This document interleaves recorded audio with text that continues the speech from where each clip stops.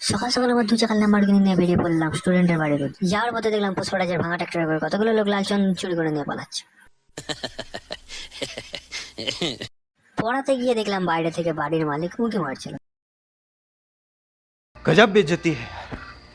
পড়ানো শেষে গেলাম খেলতে। সেখানে গিয়ে দেখলাম জলপানাগুলো সাঁতার কাটছে।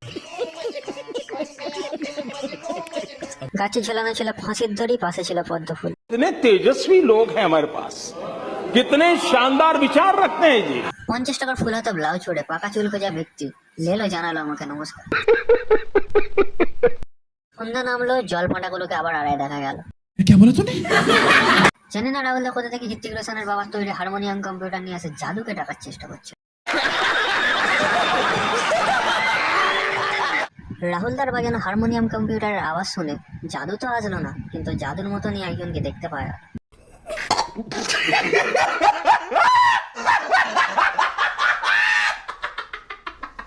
সত্যপক্ষ হেরে যাওয়ার পর যেটা আমাদের দেওয়ার জন্য প্রস্তুতি নিচ্ছে, সেটাকে কাজে লাগিয়েই তোনাদের একটা রাজকীয় হাবভাব নিয়ে ভক্তিমূলক কাজ করছিল।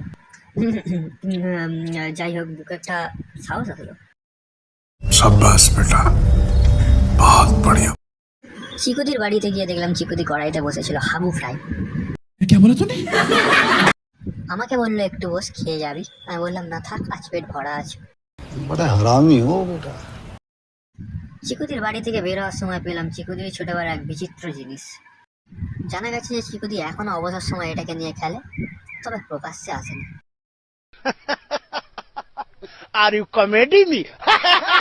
পাড়া সব ছেলেরা কোচেকে ধরে চাঁদা চাওয়ায়, কোচে বললাম আমি আজ কাজে যাই।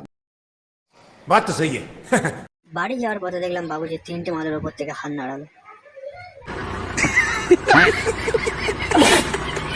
হ্যাঁ, যাওয়ার আগে একটাই কথা বলবো, ভিডিও কোয়ালিটি দেখে কেউ জাজ করো না, আসলে ফোনের ক্যামেরা খারাপ।